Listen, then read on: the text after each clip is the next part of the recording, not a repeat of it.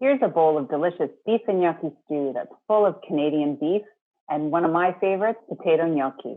It's a spin on a classic, and I know your family's going to love it.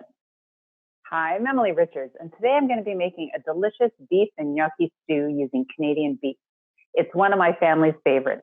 We're going to start off with our beef. I'm using a strip loin steak. Traditionally a steak you'd see on the grill, which is perfect, absolutely delicious with a little salt and pepper. But today in this recipe, I'm using strip loin because I want to make this stew quick. I want it to be a weeknight meal. So we're actually going to cook it in under an hour. Strip loin steak is a nice lean beef, and it's perfect for this type of stew. Now, if I was popping this on the grill, little salt and pepper, it'd be ready to go. But what I want to do is just trim this little excess fat on the outside and get it ready for stewing. So I'm just going to trim off that outside fat. It's a little bit firmer, so that's why I'm removing it. And then I want to cut it into about 1-inch cubes. So I'm just going to spin it around here and cut it into strips first that are about 1 inch wide. And then I'll cut it into cubes. So this steak is about 3/4 of an inch thick, which is perfect for this recipe.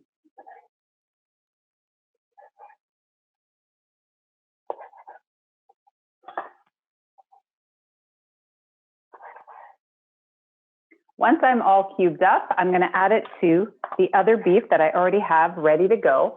In this case, the recipe calls for about 1 1/4 pounds of beef. I use 2 strip loin steaks. Now I'm going to take my board and discard my trimmings and wash my hands. Now that we have our beef all cubed up, we're going to add a little bit of seasoning and all-purpose flour. Just a couple tablespoons goes in, and that's actually going to help create a lovely coat on the beef, but also help thicken the stew. I'm going to use 2 teaspoons of Italian seasoning. If you don't have Italian seasoning, not to worry. You can use any of your favorite herbs like basil, oregano, even a little bit of thyme. You can mix them together or just use one. And then, of course, a little salt and pepper. I'm just going to toss everything to make sure that my beef cubes are nicely coated. And at the same time, I'm going to add a little bit of canola oil to my pan. I don't need much, but I do need enough to help brown the meat. The reason why I want to brown the steak is because I want to get that really nice caramelization and get the flavor out fast. It will add so much more depth and color to our stew. Everyone's going to love it.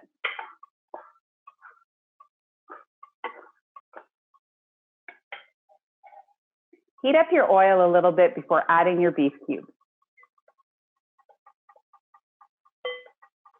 I like to leave a little bit of space in between my beef so that it has the space to caramelize and create a little bit of a crust. So if your pan's not large enough, you may need to do this in a couple of batches.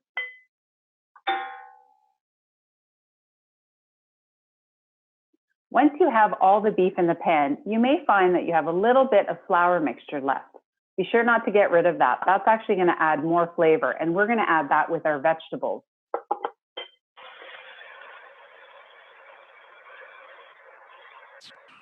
You can hear that beef sizzling up and browning up beautifully. This is caramelizing on the bottom of the pan, so all that wonderful flavor is going to go right into our stew. So once it starts to brown, you want to make sure you brown both sides. You can start removing it onto a plate. I like to use a large, shallow saucepan when I'm making stews, especially for a weeknight stew. Because it has a large surface area, it will cook just a little bit quicker.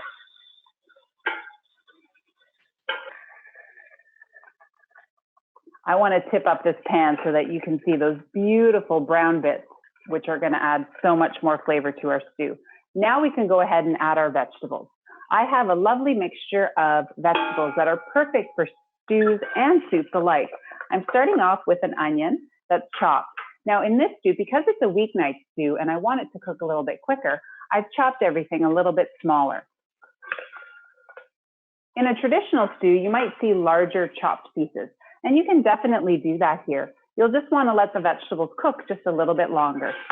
So with my onions, I've added celery and carrots, and of course I can't forget the garlic.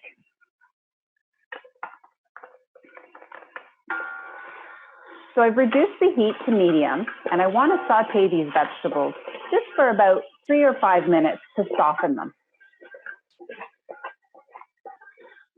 While the vegetables are cooking on medium, what ends up happening as they soften is some of the water starts to leach out, and that's perfect because that will intensify the flavor of the stew, which is exactly what we want.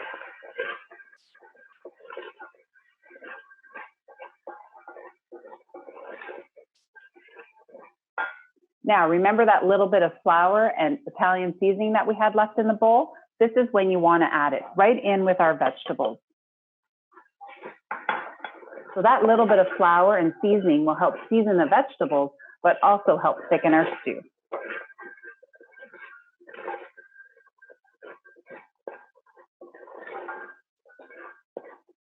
Now, you may have noticed I had my vegetables already chopped before I chopped my steak. I love getting my vegetables prepped first and then working with my protein. It's a great way to make sure that I have all my ingredients and also to be food safe in the kitchen. Let's get this broth going because we really want to add some moisture to it. So I'm going to use beef broth and I'm going to pour it right in, and you'll probably hear that wonderful sizzle.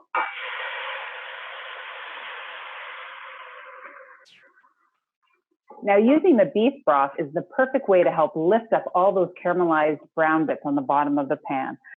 I want to make sure that I'm stirring as the broth comes to the boil. I'm also going to add a little bit more flavor here. I'm going to add some bay leaves, just 2, a little bit more salt and pepper, and some tomato paste. Why tomato paste? Typically in a stew, you'd often find tomatoes or tomato sauce. Because of that long cook, the flavor gets to build. But because we're only cooking this for about 20 minutes, the tomato paste really emphasizes the flavor quickly. It's a concentrated flavor, and it will add a beautiful color as well. So this is just 2 tablespoons that I'm adding.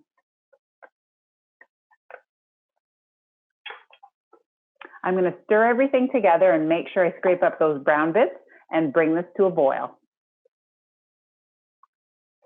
My broth is bubbling up beautifully, and now we can add our beef back in. So as the beef has sat, it may have accumulated some wonderful juices that we definitely want to get into this. I'm going to put those right in and give it a stir. And the gnocchi, we can't forget the other star ingredient. These are potato gnocchi, and they're shelf stable. So you'll find them in the grocery aisle, either in the international aisle or where they sell pasta. And these are fabulous. So in a traditional stew, you might find a root vegetable or potatoes, common, but this is just a spin on a classic. Potato gnocchi are potato dumplings. So a perfect way to get that potato flavor in a different way.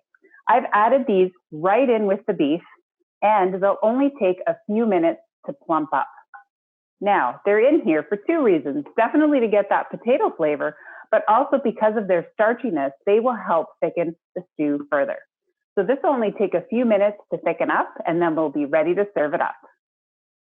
My stew's been simmering away for about 5 minutes, and I tasted the gnocchi, and they're tender and delicious, and the sauce is thickened up beautifully.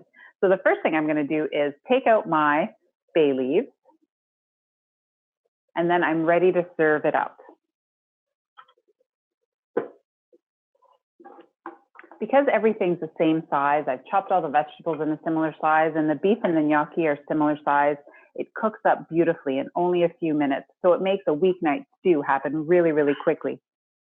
Anytime I'm serving up beef, I know that I'm serving my family a delicious source of protein. And not only that, it's full of vitamins and minerals like B12 and zinc that's going to keep them going strong. And I know that this is such a delicious meal. My family enjoys it, and I know yours will too. I hope you enjoy it. Thanks for watching.